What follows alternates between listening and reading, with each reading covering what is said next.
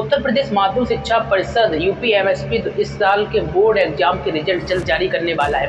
Board के रिजल्टों की result की तारीख की घोषणा आपको बता दें, सुप्रीम कोर्ट ने 31 जुलाई तक 12वीं के परिणाम जारी करने के निर्देश दिए थे। बोर्ड द्वारा 10वीं के छात्रों के लिए रोल नंबर डाउनलोड करने का लिंक upmsp.edu.in पर एक्टिव कर दिया गया है।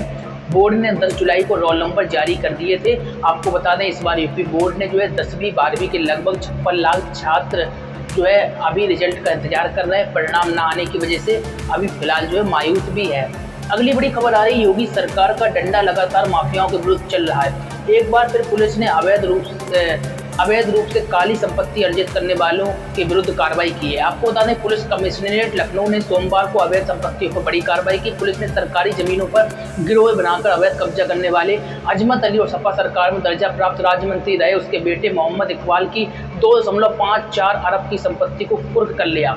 लखनऊ पुलिस कमिश्नरेट इन्होंने बताया कि अजमत अली गिरोहबंद समाज विरोधी क्रियाकलाप निवारण अधिनियम की धारा 14(1) के तहत राज्य के पक्ष में कुर्क किए जाने का आदेश पारित किया गया। पुलिस कमिश्नर ने जानकारी देते हुए बताया कि कुल अवैध संपत्ति की बात करें तो 2,54,45,02,000 से अधिक की है। अगली बड़ी खबर निकल कर आ रही, रोजगार के मुद्दे पर घिरी योगी सरकार अब जनता को लुभाने में जुट गई है।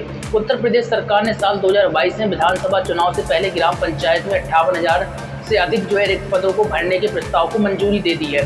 पंचायती राज विभाग के अनुसार सरकार ने 58,189 ग्राम पंचायत सहायकों, डाटा एंट्री ऑपरेटरों की नियुक्ति करने के प्रस्ताव को मंजूरी दी है। भर्ती प्रक्रिया जल्द शुरू होगी और 10 सितंबर तक यह चलेगी। अगली बड़ी खबर बता देते हैं, उत्तर प्रदेश माध्यमिक शिक्षा सेवा चयन बोर्ड ने गैर सरकारी सहायता प्राप्त माध्यमिक विद्यालयों में प्रशिक्षित स्नातक यानी कि TGT 2021 की भर्ती परीक्षा के लिए प्रवेश पत्र जारी कर दिया है।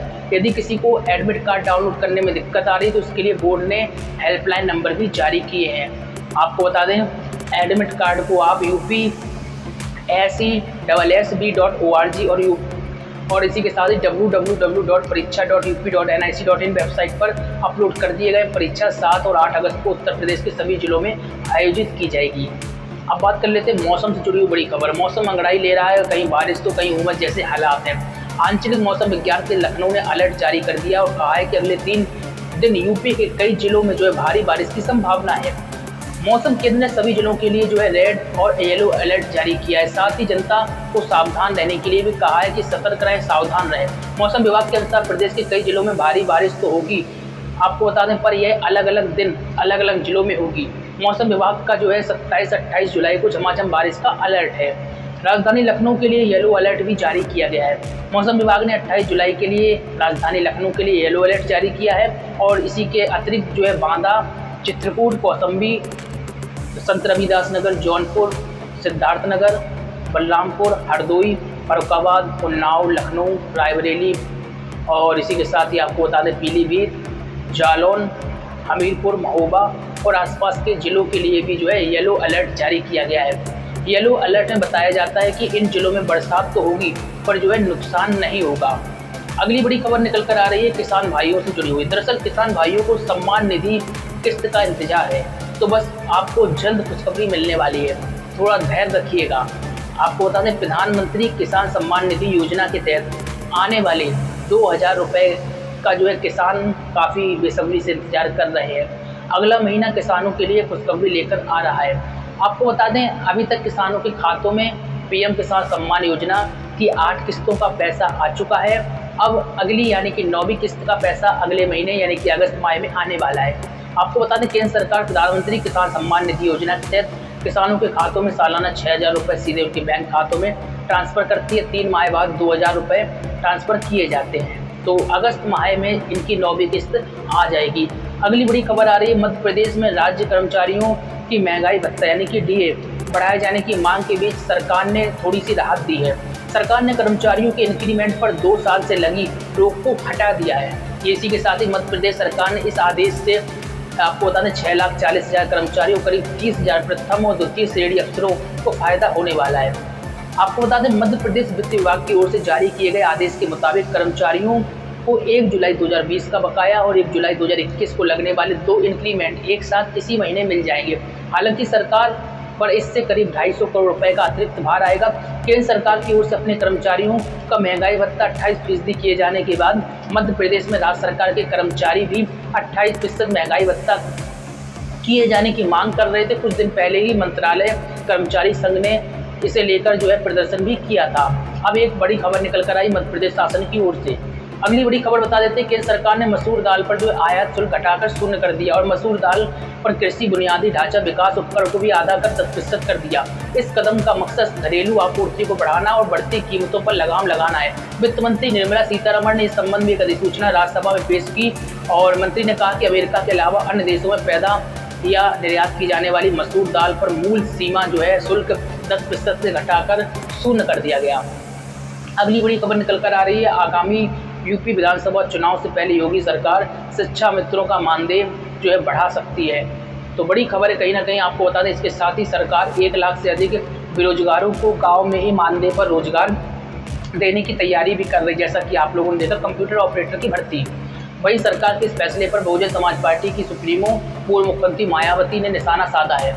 आपको बता दें मायावती ने इसे विलंब से उठाया गया कदम करार दिया है। बसपा सुप्रीमो ने ट्वीट करते हुए कुछ कहा है, वो आपको बताते हैं। बसपा सुप्रीमो का कहना रहा कि अगर यह खबर सही है कि यूपी विधानसभा चुनाव से पहले बढ़ सकता है, यानी कि शिक्षा मित्रों का मानदेय, तो ये काफ़ी विलंब से उठाया गया कदम है। यह कार्य बहुत पहले ही कर दिया जाना चाहिए था। जबकि चुनाव नज़दीक है, ऐसे फैसला करना कांग्रेसी कल्चर रहा है जिस पर अब भाजपा भी चल रही है। जनता ये सब समझती है। तो बसपा सुप्रीमो का ये ट्वीट आया। अगली बड़ी खबर बता देते हैं, कोरोना की पहली लहर के बाद से ही स्कूल बंद चल रहे हैं। दूसरी लहर ने भी स्कूल खुलने के इंतजार को और लंबा किया। इन सब के बीच कई राज्यों के स्कूलों में चहल पहल लौट आई है। स्कूलों की ये रौनक बनी रहे, इसके लिए स्कूल खास एहतियात भी बरत रहे हैं। फिलहाल मध्य प्रदेश, गुजरात, उड़ीसा, पंजाब और नागालैंड में कुछ शर्तों के साथ स्कूलों को खोला गया।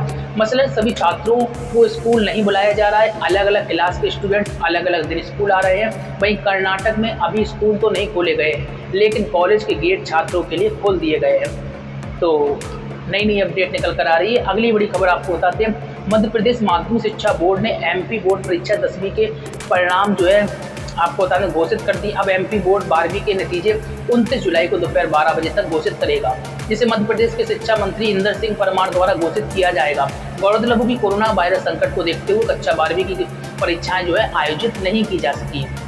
अगली बड़ी खबर निकल कर आ रही, किसान नेता राकेश टिकैत ने दिल्ली की तरह ही अब लखनऊ में को भी घेरने का ऐलान किया। संयुक्त किसान मोर्चा के लीडर राकेश टिकैत ने कहा कि हमने जिस तरह से दिल्ली को घेर रखा है, वैसे यूपी की राजधानी लखनऊ का भी हाल करेंगे। यूपी चुनाव को देखते हुए ऐसा करने के सवाल पर टिकैत ने कहा, हमारा चुनाव से क्या मतलब, जनता जिससे खुश होगी उसे वोट दे देगी। वही पैसा लेकर आंदोलन करने के आरोपों पर राकेश टिकैत ने कहा कि कहाँ मिल रहा है, हमें भी दिला दो। टिकैत ने यह भी कहा कि हमने जिस तरह से दिल्ली की सीमाओं को घेर रखा है, वैसे ही हम यूपी की राजधानी का भी घेराव करेंगे, यानी कि लखनऊ को भी घेरने का काम अब राकेश टिकैत और किसान यूनियन करेगा। अगली बड़ी खबर आपको बता दें, उत्तराखंड से निकल कर आ रही। यहाँ के सीएम पुष्कर सिंह धामी की अध्यक्षता में मंगलवार को कैबिनेट की बैठक आयोजित हुई। इसमें शिक्षा, स्वास्थ्य, राजस्व, वित्त विभाग समेत विभिन्न विभागों के 11 प्रस्तावों पर चर्चा की गई। आपको बता देते बैठक में क्या फैसला लिया गया। आपको बता दें 1 अगस्त से प्रदेश में कक्षा 6 से 12 के सभी स्कूलों को खोला जाएगा। वहीं संघ लोक सेवा आयोग की प्रीलिमिनरी परीक्षा पास करने वालों को मुख्य परीक्षा की तैयारी के लिए 50,000 रुपये दिए जाएंगे। साथ ही राज्य लोक सेवा आयोग की प्रीलिमिनरी परीक्षा पास करने वाले टॉप 100 बच्चों को भी सरकार 50,000 रुपये देगी। कैबिनेट ने एनडीए, सीडीएस और ओटीएस परीक्षा पास करने के लिए 50,000 की सहायता देने के भी प्रस्ताव पर मुहर लगा दी है। उत्तराखंड सरकार द्वारा ये बड़ा फैसला हुआ है। अब आपको बता देते कोरोना के कुछ आंकड़े केंद्र सरकार द्वारा जारी किए गए हैं। आपको बता दें भारत के विगत कोविड-19 टीकाकरण कवरेज ने 44 करोड़ के ऐतिहासिक आंकड़े को हासिल कर लिया। 5 राज्यों ने कुल 18 से 44 वर्ष की आयु वर्ग के 1 करोड़ से अधिक कोविड-19 टीके लगाए हैं और विगत शाम 7 बजे तक 57 लाख से अधिक टीके की खुराक दी गई है। लगातार हमारे साथ बने रहिए। खबरों को पढ़ने के लिए gmhnews.in पर विजिट करें, खबरें आप पढ़ सकते हैं और खबरों को कंटिन्यू देखने के लिए इस चैनल के साथ बने रहिए। पहली बार आए तो सब्सक्राइब कर लीजिए, बेल को दबा लीजिए, लाइक और शेयर करिए। मिलते हैं फिर नई अपडेट में। नमस्कार।